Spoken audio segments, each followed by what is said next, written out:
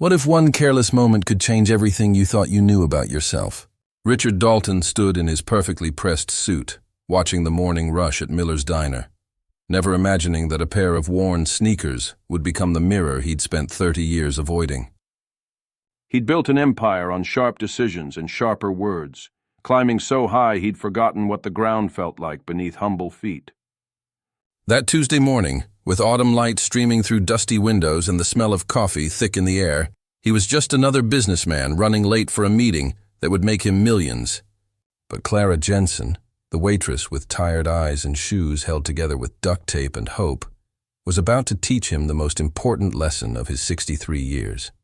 Sometimes the things we mock are the very things that save us. Where are you watching from today? Richard's driver had dropped him at the wrong address, leaving him standing outside Miller's Diner instead of the upscale restaurant where his business partners waited. His phone was dead, his patience thinner, and the modest diner with its cracked vinyl booths felt like an insult to his morning. He pushed through the door anyway, the little bell chiming overhead like a judgment he didn't yet understand. Clara had been on her feet since 4 that morning. Her daughter Emily needed new textbooks for college, and the double shifts were the only way to make it happen. At 68, most folks her age were thinking about retirement, but Clara's husband had passed 5 years back, taking his pension and her security with him. She didn't complain, though. Complaining never fed anyone or paid any bills. She just kept moving, one step at a time, in shoes that had seen better decades. Coffee? She asked Richard with a genuine smile that didn't quite hide the exhaustion in her eyes. Her voice was warm despite the weariness, the kind of warmth that came from a lifetime of choosing kindness, even when life hadn't been particularly kind back. Richard barely looked up from checking his watch. Just coffee, black, and can you hurry? Some of us have actual important places to be. Clara nodded, turning toward the coffee station. And that's when Richard's eyes fell on her shoes. They were white once, maybe, but now they were gray with age and held together with strips of silver duct tape across the toes and around the heels. The rubber sole on the left one was separating, flapping slightly with each step she took. Something about those shoes irritated him beyond reason, like they were a personal affront to his carefully ordered world. "Excuse me," he called out, louder than necessary. Several other diners looked up from their breakfasts. Those shoes. Don't you people have standards here? I mean, that's got to be some kind of health code violation. Clara froze mid-step, the coffee pot in her hand. The diner went quiet, except for the sizzle of bacon on the grill. She turned slowly, and for just a moment, Richard saw something flicker across her face. Not anger, but something deeper. Something that looked like disappointment in humanity itself. "These shoes are just fine." "Sir?" she said quietly, her voice steady even as her hand trembled slightly on the coffee pot. "They get me where I need to go." "Barely," Richard snorted. "If you can't even afford decent shoes, maybe you should find another line of work. I'm sure there's a charity that could help you out." He said it casually, almost laughing, the way someone might comment on the weather. He didn't see it as cruel, just honest, just the kind of straightforward assessment that had made him successful. The owner, Tom Miller, emerged from the kitchen, his face tight. He'd known Clara for 15 years, knew about her daughter in college, knew about the medical bills from her husband's final year, knew about the mortgage she was still paying down on a house that held 40 years of memories. "Sir, I'm going to have to ask you to apologize or leave." Richard stood, tossing a $20 bill on the counter. "For one cup of coffee I didn't even get?" "You're all ridiculous. This place deserves to fail." He headed for the door, already pulling out his backup phone from his briefcase. But Clara called out, her voice stronger now. "Sir, you dropped something." Richard patted his pockets, found his wallet, his phone, his keys. "I didn't drop anything." "You did," Clara said, walking toward him despite the shame burning in her chest. "You dropped your kindness somewhere along the way. Maybe on your way up to wherever you're going. I hope you find it again someday." Their eyes met for just a second, and Richard felt something uncomfortable twist in his chest, something he hadn't felt in years. It might have been shame, but he pushed it away like he pushed away everything that didn't fit his narrative of success. He walked out without another word, the bell chiming his exit. Clara stood there for a moment, her hands shaking slightly as she poured coffee for another customer. She didn't cry. She'd learned long ago that tears were a luxury she couldn't afford. Instead, she tucked a strand of gray hair behind her ear and went back to work, her taped-up shoes carrying her from table to table. Each step a small act of dignity in a world that had just tried to strip it away. Richard made it to his actual meeting 20 minutes late, his mind still oddly caught on the waitress and her pathetic shoes. He closed the deal anyway, adding another few million to his already substantial portfolio, but the triumph felt hollow somehow. His business partner, James, noticed his distraction over lunch. "Everything okay, Rich? You seem off today. Just ran into some poverty-stricken waitress this morning. Wore shoes that looked like they'd been through a war. Made some comment about me dropping my kindness." Richard laughed, but it sounded forced even to his own ears. "As if kindness has anything to do with business." James set down his fork slowly. "You know, my mother was a waitress. Worked until she was 72. Wore the same pair of shoes for 3 years because she was saving every penny to help me through college." The words hit Richard harder than they should have. He changed the subject quickly, but the discomfort followed him through the rest of the day, through the evening, into his dreams that night. He woke at 3 in the morning in his penthouse apartment, surrounded by expensive furniture and crushing silence, thinking about duct tape and tired eyes and the weight of words carelessly thrown. Meanwhile, Clara went home to her small house after her shift, exhausted but relieved. Emily had called earlier, excited about making the dean's list, her voice bright with the kind of hope that made every painful step worthwhile. Clara looked down at her shoes as she unlocked her front door. They were falling apart, true, but they held something more valuable than Richard Dalton could possibly understand.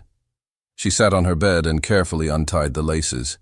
Inside the right shoe, tucked into the insole, was a folded photograph, worn soft from years of handling. It showed a young man in military dress uniform, smiling at the camera with Clara beside him, both of them impossibly young. Her David. Inside the left shoe was a small, sealed plastic bag containing a paper, folded tight. It was David's last letter to her, written from his hospital bed the week before he died. She'd kept it in her shoe for 5 years, literally walking through life with his final words of love pressed against her heart with every step. "Keep moving forward, my Clara," the letter said. "Every step you take is a step for both of us now. Be proud, be strong. Your feet will carry our love wherever you go." The shoes were sacred. They weren't just footwear held together with tape and determination. They were a promise she'd made to him, to keep going, to raise their daughter right, to walk through this life with dignity, no matter how hard it got. She could have bought new shoes. She had enough for that. But these shoes held David, and she wasn't ready to let them go. Not yet. The next morning, Richard found himself driving past Miller's Diner on his way to the office. He told himself it was just the route, nothing more, but his hands turned the steering wheel into the parking lot almost of their own accord. Through the window, he could see Clara moving between tables, those same taped shoes catching the morning light. He sat in his car for 10 minutes, arguing with himself. What was he doing here? He had nothing to apologize for. He'd simply stated a fact. But James's words kept echoing. My mother was a waitress. Richard's own mother had worked in a factory, her hands permanently stained from chemicals, her back bent from years of labor. She'd worn the same winter coat for a decade because new coats meant her son might not get the school supplies he needed. He'd forgotten that. Or maybe he'd chosen to forget it, buried it under layers of success and distance and the comfortable lie that he'd made it all alone. He walked into the diner. Clara looked up from wiping down a table, and for a second, something like fear crossed her face. Richard felt shame bloom in his chest, sharp and unexpected. I came to apologize, he said quietly, aware that other diners were watching. Yesterday I said something cruel. I said several cruel things, actually. I was wrong. I'm sorry. Clara studied him for a long moment, her cloth still in her hand. Why? She asked simply. Why am I apologizing? Why were you cruel in the first place? Clara hesitated, then gestured to an empty booth. They sat across from each other, two strangers connected by a moment of ugliness that was slowly transforming into something else. And Clara, for reasons she couldn't quite explain, began to tell him about David, about the photograph and the letter, about promises kept with every painful step. If this moment touched your heart, please give this story a thumbs up. Richard listened, and with every word, the armor he'd built around himself cracked a little more. "I had no idea," he whispered. "I'm so sorry. Not just for yesterday, for assuming, for judging." But even as Clara accepted his apology, even as something like forgiveness passed between them, neither of them saw the young man entering the diner behind them, his face pale and determined. He'd been watching Clara for weeks, knew about her pattern, knew about the cash she carried home from her tips. And today, he'd decided, was the day. He'd come prepared with desperate plans and a small silver handgun tucked in his jacket pocket, and nothing to lose. The young man's name was Marcus, and he was 23 years old with a sick mother and mounting hospital bills that had swallowed his entire life. He'd never done anything like this before, never imagined he could. But desperation has a way of rewriting all the rules you thought you'd live by. "Nobody move," he said, his voice shaking almost as much as his hands. The gun came out, small but terrible in the morning light. "Just give me the cash register." "Nobody has to get hurt." The diner froze. Tom started to reach under the counter where he kept a baseball bat, but Clara caught his eye and shook her head slightly. She'd seen enough scared young men in her life to know that fear was more dangerous than any weapon. Richard felt his heart hammering. His first instinct was to duck, to protect himself, to let someone else handle this. But he looked at Clara, saw her standing there in her taped-up shoes with such strange calm, and something shifted inside him. "Son," Clara said gently, taking a small step forward. "What's your mother's name?" Marcus blinked, confused. "What? Your mother? She's sick, isn't she? That's why you're here." "How did you—" Marcus's hand wavered slightly. "It doesn't matter. Just give me the money." "Her name," Clara repeated, her voice carrying that same warmth she'd used 1,000 times with her own daughter when things got hard. "Tell me her name." "Susan," Marcus whispered. "Her name is Susan. She has cancer. Stage 4. The treatments. I can't pay for them anymore. I tried everything else. I tried." His voice broke on the last word, and tears started running down his face even as he kept the gun pointed forward. Richard watched this unfold, saw the humanity behind the desperation, and felt something crack wide open inside him. This could have been him, 30 years ago, if circumstances had been just slightly different. This could have been his mother if he hadn't gotten that scholarship, if she hadn't worked herself nearly to death to give him a chance. "Put the gun down, Marcus," Richard heard himself say. "Please, let's talk about this." "You don't understand," Marcus said, but the gun lowered slightly. "Nobody understands." "I don't," Clara admitted, "but I know about loving someone enough to do anything for them. I know about watching someone you love suffer and feeling helpless. I know about working yourself raw trying to make things right." She took another step closer. "But this isn't the answer, honey. This won't save your mother. This will just take you away from her when she needs you most." Marcus was sobbing openly now, the gun shaking violently in his grip. "I don't know what else to do. I'm so tired. I'm so scared." "I know," Clara said, close enough now that she could reach out and touch his arm. "I know you are. But you're not alone. Not anymore." Richard stood slowly, his expensive suit feeling like a costume, like something ridiculous and meaningless in the face of this raw human pain. "How much do you need?" he asked. "For the treatments." "How much?" Marcus looked at him through tears. 40,000. "Maybe more. I don't have that kind of money. Nobody I know has that kind of money." "I do," Richard said simply. And in that moment, he understood something profound about the shoes Clara wore, about the value of things that couldn't be measured in dollars, about the poverty that had nothing to do with empty bank accounts. He'd been the poorest person in this room all along, starving for purpose, for connection, for the simple grace of being human again. Clara gently placed her hand over Marcus's, carefully guiding the gun down.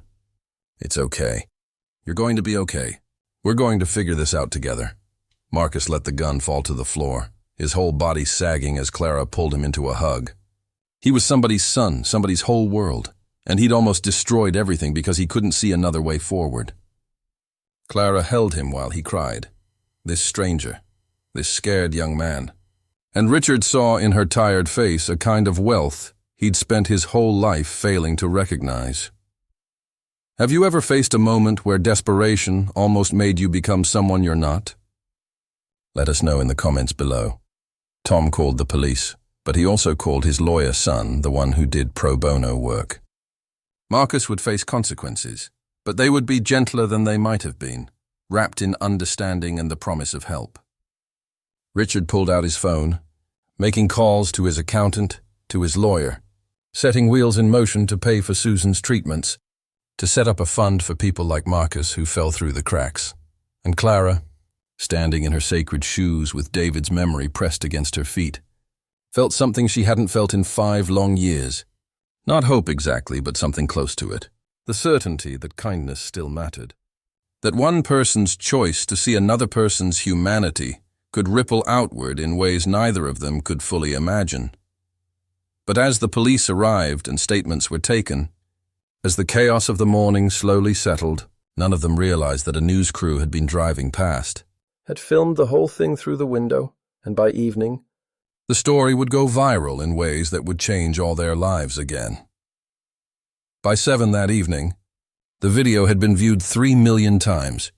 Clara Jensen, the 68-year-old waitress with the taped-up shoes, talking down an armed robber with nothing but compassion and courage. Richard Dalton, the CEO of Dalton Industries, promising to pay for a stranger's medical bills. Marcus Williams, the desperate son who'd almost destroyed his life, breaking down in tears as 2 strangers offered him grace instead of judgment. The comments flooded in by the thousands. This is what America should be. Faith in humanity restored. These are real heroes. But also the questions, the deeper digging that the internet does so well. Someone recognized Richard from a Business Journal article. Someone else found Clara's daughter's fundraising page for her college textbooks. Someone connected the dots to Marcus's mother, Susan, found her hospital, started a separate GoFundMe that raised another $100,000 in 6 hours. Richard's phone rang constantly. His board members wanted to know what he thought he was doing, making such a public promise. His PR team wanted to spin it into positive corporate publicity. His lawyer wanted to discuss the legal implications of intervening in a robbery. Richard ignored all of them. Instead, he drove back to Miller's Diner late that evening, after Clara's shift had ended, and knocked on the door of her small house 3 streets over. She answered in worn slippers, her face exhausted but peaceful, and invited him in without question. "It's all over the news," she said, handing him a cup of tea in her modest living room surrounded by photographs of Emily and David. "My daughter called. She's worried about me. Says people are calling me a hero." Clara shook her head. "I'm not a hero. I just did what anyone should do. I saw a scared kid who needed help." "That's what makes you a hero," Richard said quietly. "Most people would have just seen a threat." "I would have. I did see Marcus that way at first. But you saw his mother. You saw his fear. You saw his humanity." Clara looked down at her hands, weathered from years of work. "We all need someone to see us sometimes. Really see us.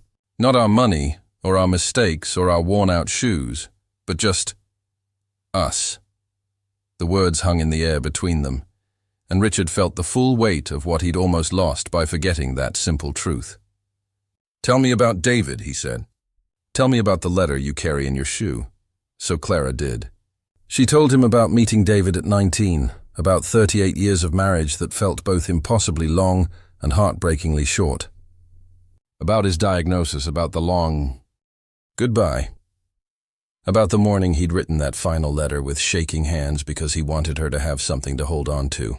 About how she'd tucked it in her shoe the day after his funeral and had walked through every day since with his love literally beneath her feet, holding her up when grief tried to bring her down. "That's why the shoes matter," she said softly. "They're not perfect. They're falling apart, but they're mine, and they're sacred, and they carry me forward. Every step is a step we take together, even now." Richard found tears on his face, and he didn't wipe them away. "I mocked you for that. I mocked something sacred because I couldn't see past the surface. Because somewhere along the way I decided that things only matter if they're shiny and new and expensive." "You didn't know," Clara said simply. I should have, Richard countered. My mother? She would be ashamed of who I've become. She wore the same dress to church for 10 years because my education mattered more. She smiled through exhaustion every single day, and I forgot. I made it to the top and I forgot where I came from. Clara reached across the space between them and took his hand. Then remember now. It's not too late to remember. And in that moment, Richard made a decision. Not just to pay for Marcus's mother's treatment, though he would do that. Not just to donate to Clara's daughter's education, though he would do that too. But something bigger. Something that honored the sacred worn shoes and the letter tucked inside them, and the grace that had been extended to him when he least deserved it. I want to start a foundation, he said, for people like Marcus, people who fall through the cracks. People who are one crisis away from desperation, but I don't want to run it. I want you to help me. You understand this in a way I never could.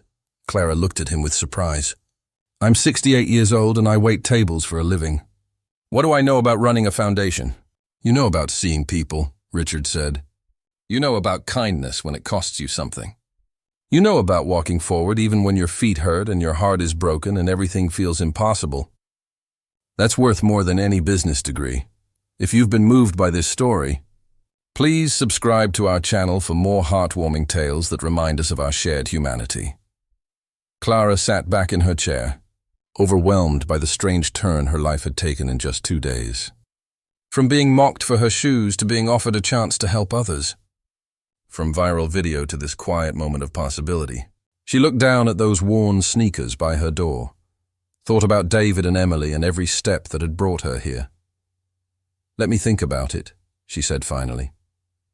But Richard, thank you for coming back, for apologizing, for seeing me. Thank you, Richard said, for reminding me how to be human again. Outside Clara's window, the autumn evening settled over the neighborhood. Soft and golden, and somewhere in a hospital across town, Marcus sat beside his mother's bed holding her hand, telling her that somehow, impossibly, everything was going to be okay. 3 months later, on a cold December morning, Richard stood at a podium in front of a renovated community center that had once been an abandoned warehouse. Clara stood beside him, wearing new shoes that she'd finally bought, though the old ones sat in a place of honor in her bedroom, holding their precious cargo of memory and love. The Dalton Jensen Foundation was officially opening its doors, offering free financial counseling, emergency assistance, medical bill support, and job placement services for families in crisis. The community had shown up in force. Marcus was there, his mother Susan beside him in a wheelchair, her cancer in remission, and her eyes bright with tears of gratitude. Tom Miller from the diner was there, proud as could be.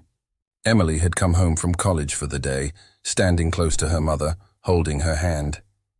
And dozens of others, people who'd heard the story and wanted to be part of something good, something that reminded them that compassion still mattered in an increasingly harsh world.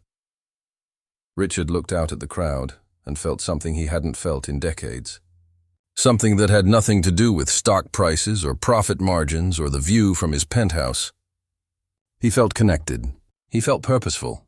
He felt, for the first time in years, genuinely wealthy in ways that actually mattered. I was lost, he said simply, his voice carrying across the quiet crowd. I had everything money could buy, and nothing that money can't. I'd forgotten that we're all connected, that my success means nothing if I'm not lifting others up too.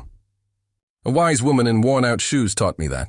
She taught me that the things we carry with us, the things that hold us together when we're falling apart, those are the things of real value. He turned to Clara, who smiled at him with that same warmth that had stopped a robbery and changed his life. She stepped up to speak, her voice steady and sure. I kept wearing those old shoes long after I probably should have, Clara said, because they reminded me every single day that love doesn't die when someone dies. It just changes shape. It becomes the strength in your step, the courage in your heart, the compassion in your actions. My David wanted me to keep walking forward, and so I did. But I've learned something these past few months. We walk better when we walk together. We're stronger when we lift each other up. And no one, not one single person in this world, should have to choose between their dignity and their survival. The crowd applauded, and Clara saw Marcus wiping his eyes.